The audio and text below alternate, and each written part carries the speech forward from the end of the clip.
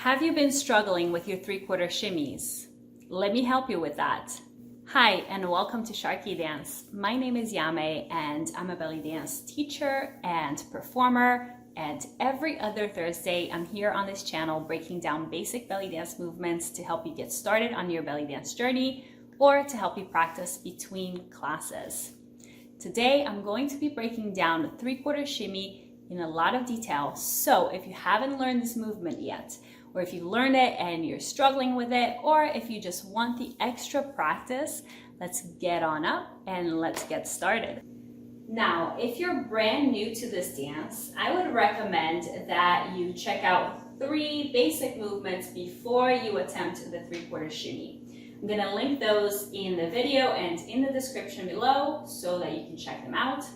Those 3 movements are our hip hits side to side, our piston hips with the weight centered between both feet,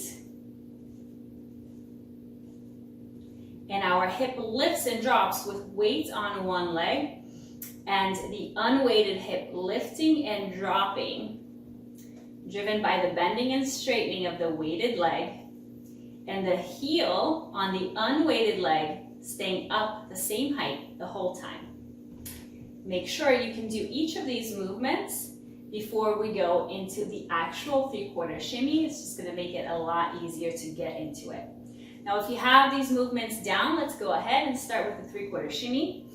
We're gonna start with our hip hits side to side, which is a weight shifting movement from one side to the other.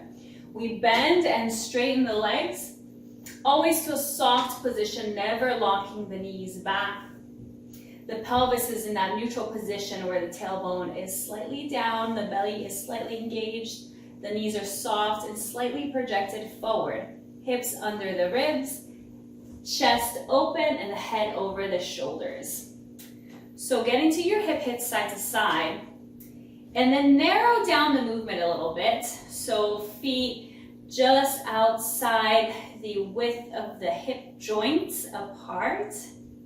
And we're projecting the hips side to side outside of the alignment of the rib cage, but without shifting the whole body side to side. So notice if your body is shifting, your whole body shifting side to side, you try to rein that in and isolate the lower body from the upper body before you get any further into this movement, because it'll be kind of hard to speed up the hip hits and the three-quarter shimmy if there's all this motion going on side to side. Now from here, in between each hip hit, we're going to articulate through the standing leg and hip by bending and then straightening the standing leg. So hit, bend, and straighten. Hit, bend, and straighten, and hit, bend, and straighten. Now, as I do the hip hit to one side, I allow the unweighted foot for that heel to come up. And as I bend and straighten the standing leg, I keep my unweighted heel up. And it's the hip hit that's going to take me to the other side. And then bend and straighten, heel stays up. The hip hit is when I lower the heel down. I bend and straighten the standing leg in between each hip hit. So hip hit, drive the heel down, shift the hip to the left side. Right side is free. I bend and straighten the left leg and then hit to the right, and I bend and straighten the right leg. As I'm bending and straightening the leg, I allow for the unweighted hip to go up and down. So we can think about this as a lift and a drop movement. Just like our hip lifts and drops that I've broken down in the past, I'm lifting the hip up, the hip bone up to meet the ribs, and then lowering, releasing it back down.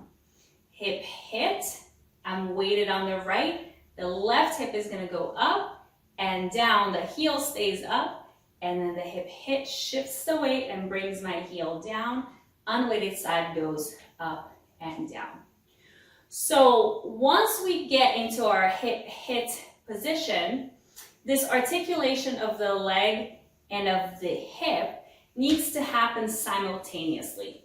So I'm not just bending and straightening the leg without anything happening in the hip. And I'm not just lifting and dropping the hip without anything happening at the knee. I'm doing both at the same time. Hit, I bend. By bending the standing knee, that standing hip bone goes down, and therefore the opposite hip bone goes up. I use my oblique muscles to pull my hip bone up, and then as I straighten the standing leg, I drop the unweighted hip bone down. A hit, bend to drop this hip bone and lift this hip bone, boom, and then straighten to lift this hip bone and drop the opposite hip bone. So you can think about all these little parts. Once it's in your body though, you don't have to think about it so much, and we can start to speed up the movement. So I can cue this movement either on the standing leg by cueing the bending and the straightening of the leg, hit, bend, straight, or I can cue the unweighted hip going up and down. So I would say hit, and I would say up, down in reference to the unweighted hip. Hit, up, down, hit, up, down. Just note that as I am articulating through the leg and hip, both things are happening at the same time, so it's not either one or the other. It's possible to do one without the other, but here we're trying to do both. Bending to lift, straightening to drop. Hit, bend, straight, hit, bend, straight, hit, bend, straight, hit, bend, straight. So shake it out for a moment. We'll get right back into it again and start to speed it up. So now that we have each of the three components of this movement, let's go ahead and try out a drill where we can practice this movement at 3 different speeds, starting slow, going a little bit faster, and then faster yet. I'm going to be using a rhythm track called Karachi at 90 BPM by Carmine. It's from his Middle Eastern Rhythms for Practice album, which I will link in the description below so that you can support the artist directly. And just keep in mind that if you find that you start to lose the movement and start to lose the components of the movement as you go into the faster speeds, just take it down slower again and keep practicing. I promise that with practice, this movement will come, but it does take some practice. It does not come into the body right away at full speed. So just be very, very patient with yourself. And with that said, let's go ahead and start the drill.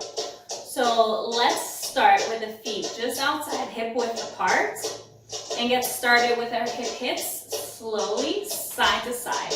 Left, right, right. Tailbone is down, always straightening the knees into a soft position, never locking back. Belly engaged. Heart is open. Going side to side. Just hip hits. Now, as you go side to side, let the opposite heel softly come up, naturally, not forcing it.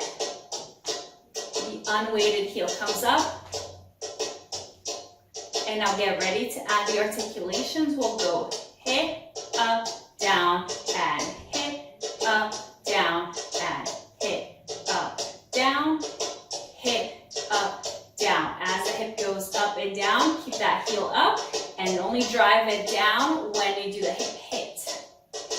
Down and hit. Now faster. Hit up, down, hit up, down, hit up, down. Maybe change up the arms. Keep that belly engaged. Tailbone down. Articulating through the leg and the hip. Hip up, down, hip up, down. Now speeding it up again. Hit up, down, hit up, down, hit up, down, hit up, down. Keep it going. Hit up, down, down. Hit up, down, hit up, down, hit up, down, hit up, down.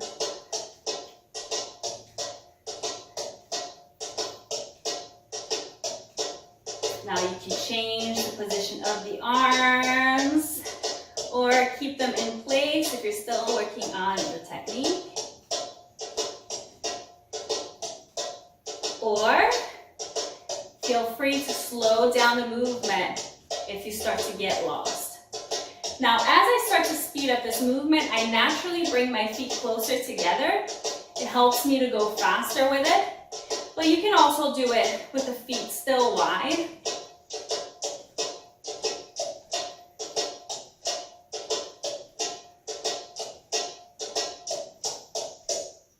And relax.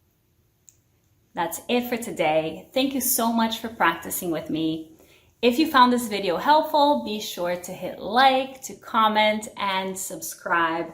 And if you want to learn directly from me with real-time feedback and support, check out all my online classes at SharqiDance.com. I have lots of offerings available, and I would love, love, love to work with you. Otherwise, I will see you next time. Happy dancing. Bye.